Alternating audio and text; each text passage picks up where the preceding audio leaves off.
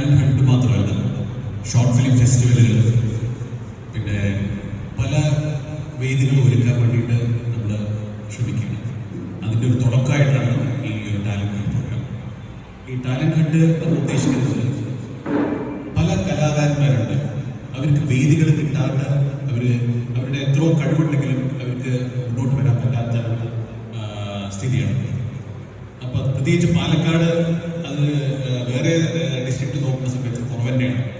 അപ്പോൾ നമ്മൾ ഇതൊക്കെ നോക്കിയിട്ട് തന്നെയാണ് നമ്മുടെ ഒരു ഷോർട്ട് ഫിലിം ഫെസ്റ്റ്, നമ്മുടെ Indian short film society Palakkad chapter ഇങ്ങനത്തെ ഒരു സിറ്റുവേഷനിൽ നമ്മൾ തരണം ചെയ്യാൻ വേണ്ടിയിട്ടാണ് നമ്മൾ ഇങ്ങനത്തെ പല പരിപാടികൾ ഓർഗനൈസ് ചെയ്യുന്നത്. അപ്പോൾ അതിൻ്റെ തുടക്കമായിട്ട് ഈ ടാലൻറ്റ് ഹണ്ട് പ്രോഗ്രാമിൽ പറയുകയാണെങ്കിൽ, ഈ 8-ാം തീയതി തന്നെ നമ്മൾ ഈ ടാലൻറ്റ് ഹണ്ട് പ്രോഗ്രാമിൽ തന്നെ പാട്ടിൻ്റെ വിഭാഗങ്ങളുണ്ട്, ഡാൻസിൻ്റെ വിഭാഗങ്ങളുണ്ട്, പിന്നെ അഭിനയത്തിൻ്റെ വിഭാഗങ്ങളുണ്ട്. ഇപ്പോൾ പാട്ടിൻ്റെ വിഭാഗങ്ങളിൽ തന്നെ പറയുകയാണെങ്കിൽ, ഇപ്പോൾ ക്ലാസിക്കൽ സോങ് ഉണ്ട്, സിനിമാറ്റിക് സോങ് ഉണ്ട്, പിന്നെ ട്രഡീഷണൽ സോങ് പറയുന്നതിൽ ക്ലാസിക്കൽ സോങ് എല്ലാം ഉണ്ട്. അതേപോലെ ഡാൻസ് വിഭാഗത്തിൽ നമുക്ക് ട്രഡീഷണൽ ഡാൻസ്, പിന്നെ സിനിമാറ്റിക് സോങ്, സിനിമാറ്റിക് ഡാൻസ് ഉണ്ട്, പിന്നെ ഇത് ഫോക്ക് ഡാൻസ് ഉണ്ട്.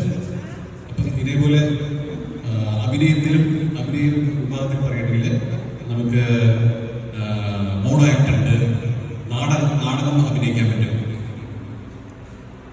പിന്നെ പ്രചണ്ഡ വേഷം, ഇങ്ങനെ പല കാറ്റഗറീസ് ഉണ്ട്. അപ്പോൾ ഇതിൽ പലവരും ഓൾറെഡി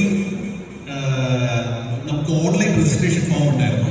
ഓൺലൈൻ രജിസ്ട്രേഷൻ ഫോമിൽ കൂടിയിട്ട് പലവരും രജിസ്റ്റർ ചെയ്ത് കഴിഞ്ഞു ഓൾറെഡി. അപ്പോൾ അവർ എന്താ പറഞ്ഞു കഴിഞ്ഞാൽ, പ്രത്യേകിച്ചിട്ട് അവരുടെ സ്ലോട്ടിനനുസരിച്ചിട്ടാണ് അവർ വരാൻ നോക്കുന്നത്. പ്രത്യേകിച്ചിട്ട് തേഴ്സ്ഡേ ആയിട്ട് കാരണം പലർക്കും എത്താൻ പറ്റിയിട്ടില്ല. അപ്പോൾ ഈ നമ്മളുടെ പ്രോഗ്രാമിൻ്റെ ഒരു സമയം എന്ന് പറയുന്നത് രാവിലെ ഒരു 10:30 നമ്മൾ തുടങ്ങി 1 മണി വരെ, 1 മണിയിൽ നിന്ന് 2 മണി വരെ ലഞ്ച് ടൈം, 2 നിന്ന് 5 മണി വരെ പിന്നെ തുടങ്ങും. അപ്പോൾ ഈ സമയത്തിലായിട്ട് നമ്മൾ ഈ പ്രോഗ്രാം നമ്മൾ ഓർഗനൈസ് ചെയ്യുന്നത്. ഇപ്പോൾ ഫസ്റ്റ് ഡേ നമുക്ക് ഇപ്പോൾ പ്രോഗ്രാംസ് നമുക്ക് തുടങ്ങാൻ പറ്റുമെന്ന് വിചാരിക്കുന്നു. അപ്പോൾ വെൽക്കം വൺസ് അഗൈൻ, എല്ലാവരും വെൽക്കം ചെയ്യുന്നു. പിന്നെ ബിനു ചേച്ചി തിരക്കിൻ്റെ ഇടയിൽ നമ്മളുടെ ഇടയിൽ വന്നത് വളരെ സന്തോഷം. അവരെ വെൽക്കം ചെയ്തിട്ട് അവരെ പ്രസംഗം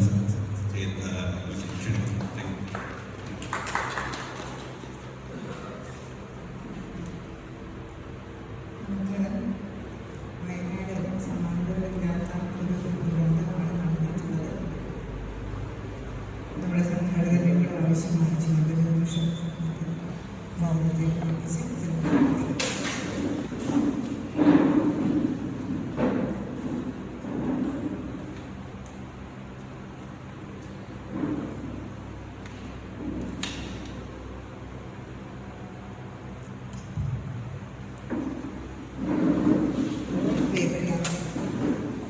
നമ്മുടെ ഈ പരിപാടിയുടെ അധ്യക്ഷൻ, ഷോർട്ട് ഫിലിം സൊസൈറ്റിയുടെ പാലക്കാട് ചാപ്റ്ററിൻ്റെ പ്രസിഡൻ്റായിട്ടുള്ള ശ്രീ പ്രതീഷ്, പരിപാടിയുടെ സ്വാഗതം ആശംസിച്ച പ്രിയപ്പെട്ട ഉഷ, മുഖ്യാതിഥിയായി ഇവിടെ പങ്കെടുത്തുകൊണ്ടിരിക്കുന്ന ഇന്ത്യൻ ഷോർട്ട് ഫിലിം സൊസൈറ്റിയുടെ സംസ്ഥാന പ്രസിഡന്റ് ശ്രീ സന്തോഷ് സെബാസ്റ്റ്യൻ, ആശംസകൾ അറിയിച്ച സംസ്ഥാനത്തിൻ്റെ state joint secretary Shameer Ali, പരിപാടിയിൽ ഇതിൻ്റെ വിവരണം നടത്തി ഈ പ്രസ്ഥാനത്തിൻ്റെ കാര്യങ്ങളെക്കുറിച്ച് നമ്മളോട് സംവദിക്കുന്ന പ്രിയപ്പെട്ട രമണ ടീച്ചർ, ഏറെ സ്നേഹം നിറഞ്ഞ സഹോദരി സഹോദരന്മാരെ, സുഹൃത്തുക്കളെ, വളരെയേറെ സന്തോഷത്തോടു കൂടിയാണ് ഇന്ത്യൻ ഷോർട്ട് ഫിലിം സൊസൈറ്റിയുടെ പാലക്കാട് ചാപ്റ്ററിൻ്റെ ഔപചാരികമായ ഒരു ഉദ്ഘാടന വേളയിൽ ഞാൻ ഞങ്ങളോട് പങ്കുചേരുന്നത്. നമ്മുടെ നാടിനെ സംബന്ധിച്ച് ഒട്ടേറെ ഇതുപോലുള്ള കൂടിച്ചേരലുകൾ നമ്മുടെ സമൂഹത്തിലുണ്ട് എന്നുള്ളത് നമുക്കൊക്കെ അറിയാം.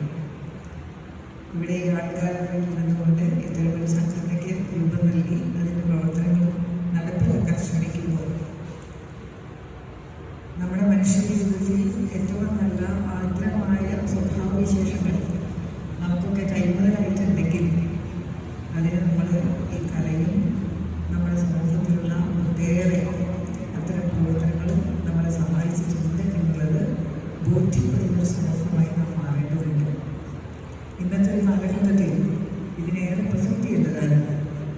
മനുഷ്യരെല്ലാവരും ചേർത്തിരിക്കാവുന്ന ഇടങ്ങൾ എവിടെയെന്ന് പരിശോധിക്കുമ്പോൾ നമുക്കറിയാം നമ്മുടെ നാട്ടിൽ രാഷ്ട്രീയ പ്രസ്ഥാനങ്ങളുണ്ട്, സാഹിത്യ പ്രസ്ഥാനങ്ങളുണ്ട്, ശാസ്ത്രീയ പ്രസ്ഥാനങ്ങളുണ്ട്.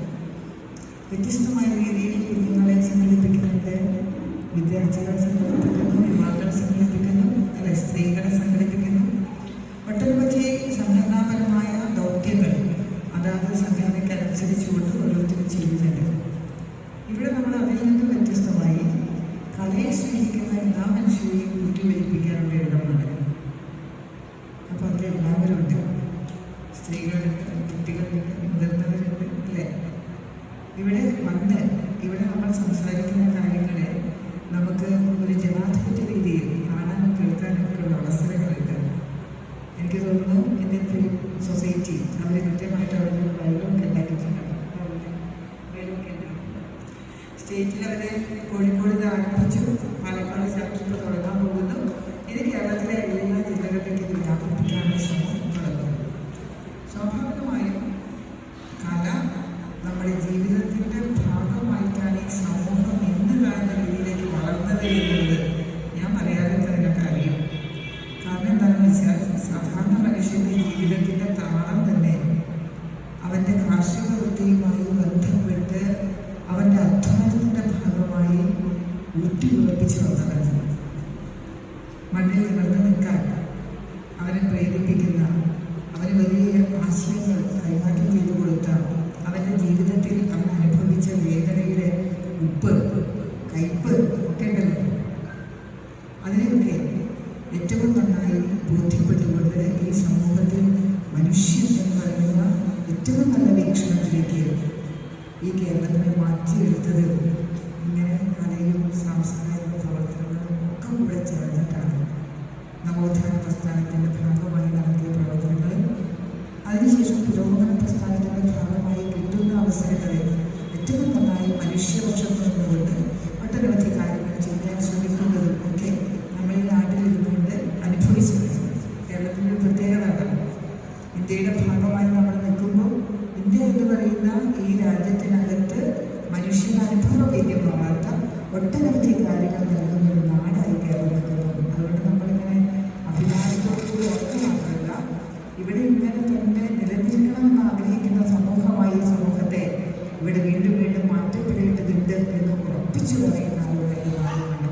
അഭിമാനം മാത്രമായിട്ട് കാര്യമില്ല, അല്ലേ?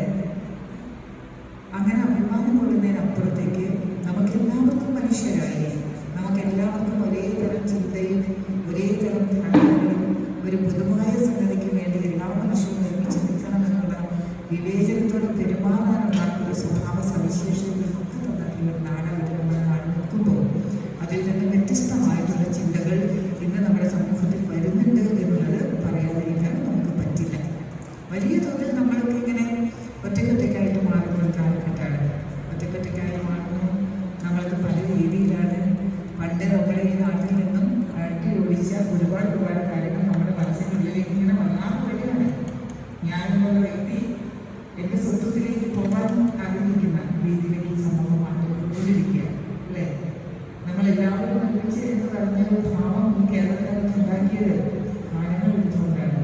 നമ്മളെല്ലാവരും മനുഷ്യരാണ് എന്ന് പറഞ്ഞ് പഠിപ്പിക്കുന്ന ഈ നാടിനെ നമ്മുടെ എല്ലാ മനുഷ്യർക്കും വിദ്യാഭ്യാസം വേണം, എല്ലാ മനുഷ്യർക്കും ഒരുപോലെ ജീവിക്കാൻ പറ്റുന്ന അവസരങ്ങൾ ഒരുക്കുന്ന നാടായിട്ട് മാറ്റിയെടുക്കണം എന്നൊക്കെ പറയുന്നത് വളരെ പ്രധാനപ്പെട്ട ഒരു ആശയത്തിൻ്റെ പുറത്തുനിന്ന് ഉണ്ടാക്കി വരുന്ന സംഗതിയാണ്. അങ്ങനെ മാറ്റത്തിന് വേണ്ടി മാറ്റമുണ്ടാക്കാൻ ശ്രമിച്ചൊരു സാമൂഹ്യ അപേക്ഷയിൽ നിന്ന് വളരെയധികം പുറകിലേക്ക് നമ്മളെ വലിക്കുന്ന ഒട്ടനവധി കാര്യങ്ങൾ നടന്നുകൊണ്ടിരിക്കുന്ന ഇന്നത്തെ ഇന്ത്യൻ സാഹചര്യത്തിൽ ആത്മാവിഷ്കാരത്തിന് വലിയ പ്രസക്തിയുണ്ട്. ഓരോ മനുഷ്യന്റെയും ആത്മാവിഷ്കാരമാണ് അവരുടെ കല. അത് ഏത് കലയാവട്ടെ.